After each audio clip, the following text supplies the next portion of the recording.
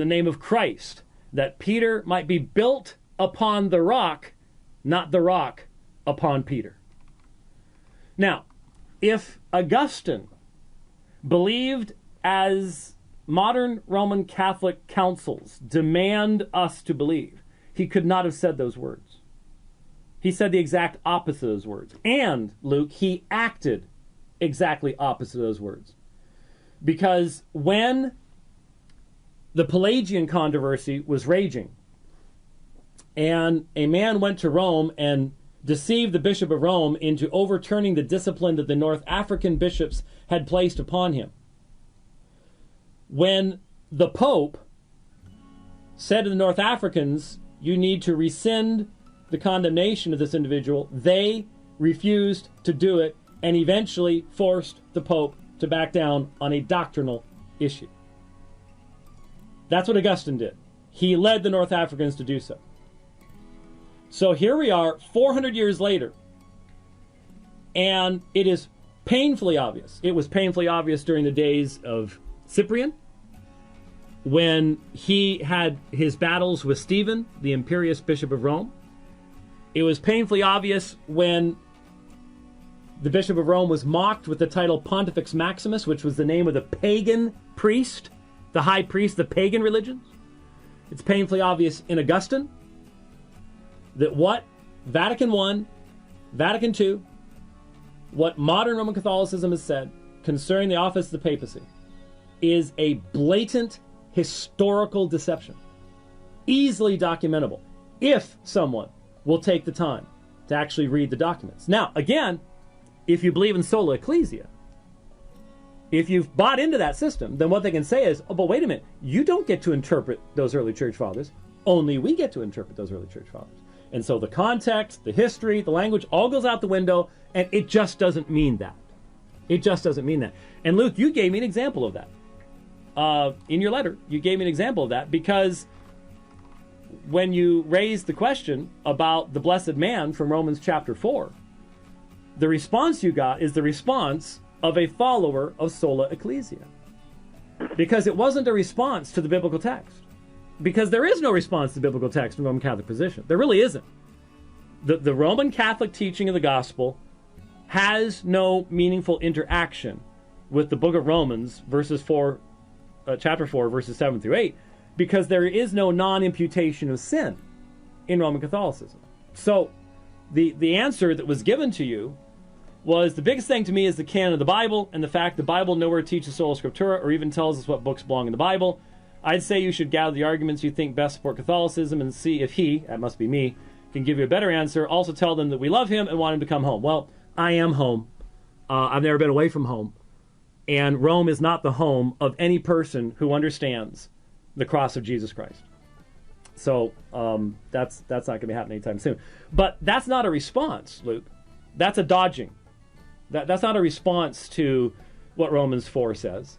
It is an inculcation of distrust in the Word. Well, how do you know that those books are books you're supposed to have?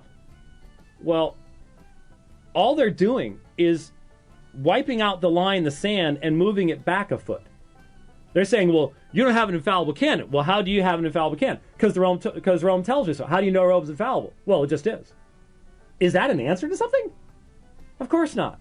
All it does is move the question back one step. It's not an answer. It's deceptive. It really is. So I would press the Romans 4 question, because Rome's gospel does not have an answer to the question of who the blessed man is. They do not have non-imputation of sin. If you commit a venial sin in Roman Catholicism, it is imputed to you. You will bear its punishment and end up in purgatory, working off the temporal punishments of those sins if you do not work them off by suffering in this life. If you commit a mortal sin, you lose the grace of justification, could end up in hell. Now, again, I don't know if the current Pope believes any of that, but I have to leave that to them to figure out when their system starts collapsing around them as to what they're supposed to believe. I'm just simply telling you the historical reality of what used to be taught, and whether that's still believed or not by the current Pope, I don't know. Nobody knows. I think that really should weigh heavily upon you, because you're being invited to join a system, Luke, that really doesn't have any final answers to these questions any longer. It really doesn't. I mean, this Pope is amazing. Yes, sir. Go ahead.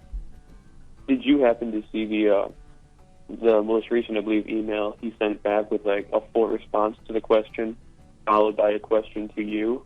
No. What email is that? It's the most recent one, I believe. I'm not going to read it all because he wrote it a fair amount, but then he ended it with, the Bible talks about how Abraham was justified multiple times. How do you reconcile that with your Calvinistic beliefs? Very good. Once saved, always saved. So Luke, let's think about that for a second. He's stealing that from Syngenis. So you can go back and listen to our debate on justification. You know who that's an argument with? That's not an argument with me and my Calvinistic beliefs. That's an argument with Paul. This is the argument that Jews use against Paul being an apostle. I hope he's comfortable using that kind of argument. Let's make sure people understand what the argument is. The argument in regards to justification takes us back to the question of, was Abraham justified multiple times in his life?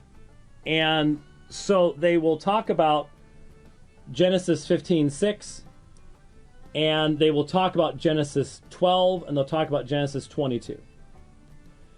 And they will assume, based upon a completely different argument, and by the way, all respect to your friend, he's borrowing his arguments from other people. He didn't develop them himself. I recognize all of them.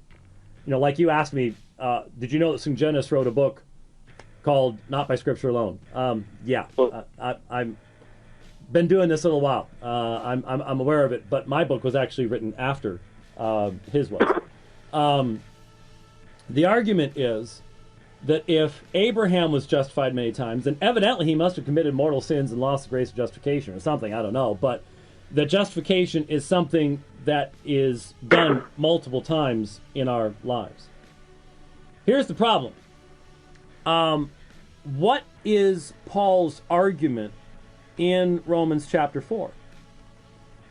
Specifically, right after those verses that you quoted to him, let me start verse 6 of Romans 4. Just as David also speaks the blessing on the man to whom God credits righteousness apart from works. And then our citation from the Psalter. Blessed are those whose lawless deeds have been forgiven and whose sins have been covered. Blessed is the man whose sin the Lord will not take into account. Or literally, blessed is the man to whom the Lord will not impute